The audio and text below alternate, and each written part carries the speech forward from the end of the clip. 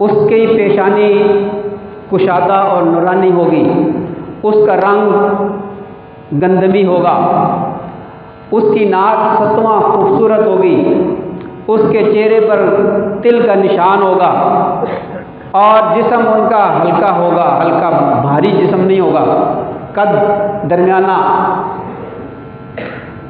حضرت حسن رضی اللہ تعالیٰ عنہ کی اولاد سے ہوں گے۔ حضرت علی رضی اللہ تعالیٰ عنہ نے اپنے بیٹے حضرت حسن رضی اللہ تعالیٰ عنہ کی طرف اشارہ کر کے فرمایا، میرا یہ بیٹا سردار ہے، جیسا کہ تمہارے نبی صلی اللہ علیہ وسلم نے اس کو سردار فرمایا۔ اللہ تعالیٰ اس کی اولاد میں سے ایک شخص کو پیدا فرمائے گا کہ جو روئے زمین پر عدل و انصاف کے ساتھ حکومت کرے گا، وہ مہدی ہوگا۔ اور فرمایا کہ اس کی اخلاق میرے بیٹے حسن جیسے ہوں گے، لیکن شکل و صورت میرے بیٹے حسن جیسی نہیں ہوگی۔ دوسری روایات سے پتہ چلتا ہے کہ نبی کریم صلی اللہ علیہ وسلم حضرت امام مہدی کی شکل و صورت نبی کریم صلی اللہ علیہ وسلم کی شکل و صورت سے مشابہ ہوگی، گھنی داڑھی ہوگی، زبان میں لکنت ہوگی، جب وہ بات کریں گے اٹک اٹک کر تو تنگی کی وجہ سے اپنا دایاں ہاتھ بائیں ران پہ ایسے ماریں گے۔ یہ علامات بھی بتائی ہیں۔ اب وہ علامات جو حضرت امام مہدی کے ظہور سے قبل رونما ہوں گی، جو احادیث میں بیان کی گئی ہیں، کچھ علامات ایسی ہیں جو سالوں پر محیط ہیں، نہیں معلوم کہ 10 سال 20 سال 30 سال پہلے وہ علامات رونما ہو جائیں۔ ان میں ایک علامت یہ ہے جو پہلے ہو چکی۔ فرمایا کہ ایک پناہ لینے والا حرم مکہ میں پناہ لے گا۔ سنیں ذرا غور سے، ایک پناہ لینے والا بیت اللہ میں پناہ لے گا، پھر اسے قتل کر دیا جائے گا، پھر لوگ انتظار کریں گے، پھر ایک پناہ لینے والا پناہ لے گا، اس کے خلاف لشکر کشی نہ کرنا، اس کے خلاف نہ لڑنا کہ اس کے خلاف نکلنے والا لشکر زمین میں دھسا دیا جائے گا۔ ایک پناہ لینے والا پناہ لے گا حرم مکہ میں بیت اللہ میں، پھر اسے قتل کر دیا جائے گا۔ 1979 میں قحطانی کا فتنہ کھڑا ہوا۔ ایک شخص جس کا نام محمد بن عبداللہ تھا، دیکھیں یعنی حضرت امام مہدی کا نام کیا ہوگا؟ محمد بن عبداللہ۔ 79 میں، اگر میں تاریخ غلط نہیں بول رہا تو آپ تصحیح کر سکتے ہیں، یا 81 میں، ایک نے 81، وہ کہہ رہے ہیں 81 میں قحطانی کا فتنہ برپا ہوا۔ محمد بن عبداللہ یکم محرم سن 1400 ہجری، حضرت امام مہدی کا ظہور بھی محرم 10 محرم کو ہوگا، اور یہ یکم محرم کو ایک واقعہ رونما ہوا، اور ان کے ایک شخص نے مائک ہاتھ میں لیا اور اللہ اکبر کہا، اور کہا کہ اللہ اکبر، امام مہدی کا ظہور ہو گیا ہے، بس۔ اور پھر بیعت بھی اس نے اس جگہ پہ لی جو احادیث میں بیان کی گئی، یعنی حجر اسود اور مقام ابراہیم کے درمیان اس جگہ پر اس نے بیعت لی۔ نام بھی اس کا محمد بن عبداللہ تھا، بھی قریشی۔ پھر کیا ہوا؟ ہر طرف سے گولیوں کی آوازیں شروع ہوئی، اور بالآخر اس کو قتل کر دیا گیا۔ پھر حدیث میں ہے کہ پھر لوگ انتظار کریں گے، پھر ایک شخص پناہ لے گا، اس کے خلاف جنگ نہ کرنا کہ اس کے خلاف لڑنے والا نکلنے والا زمین میں دھسا دیا جائے گا۔ اب سنیے نبی کریم صلی اللہ علیہ وسلم کی حدیث کا جو مفہوم ہے، مختلف احادیث کا خلاصہ۔ امام مہدی مکہ مکرمہ میں ہوں گے، جب وہ بیعت لیں گے، تو ان کے ہاتھ پر 313 لوگ بیعت کریں گے، 313 یا 315 اصحاب بدر کے موافق۔ اس وقت آسمان سے آواز آئے اللہ المہدی استمعوا لہ واطیعوا، کہ یہ اللہ کے خلیفہ مہدی ہیں، ان کی بات کو سنو اور اطاعت کرو۔ یہ خبر سن کر پوری دنیا میں خبر پھیلے گی، شام کا حکمران اس وقت سفیانی ہوگا۔ یہ علامت یاد رکھیں آپ، یہ بالکل قریب کی علامت ہے۔ یہ جو پہلی علامت میں نے بیان کی، اس کو کتنے سال ہو گئے جی؟ اگر 81 میں ہو تو 80 سے 40 سال سے اوپر ہو گئے۔ احادیث کے اندر جو علامات بیان کی جاتی ہیں، اس میں 2 3 4 واقعات کو جو بیان کیا جاتا ہے، ہم سمجھتے ہیں کہ یکے بعد دیگرے، ابھی ہوگا تھوڑی دیر بعد دوسرا واقعہ، تھوڑی دیر کے بعد تیسرا واقعہ ہو جائے گا۔ حالانکہ 2 واقعات کے درمیان کتنا عرصہ ہے یہ مینشن ہی نہیں۔ دریائے فرات سے سونے کا پہاڑ ظاہر ہوگا، اس پر جنگ ہوگی اور اس میں 99% لوگ مارے جائیں گے۔ یہ حدیث ہے، آپ کو پہلے بھی سنائی، آپ نے پڑھی بھی ہوگی، سنی بھی ہوگی۔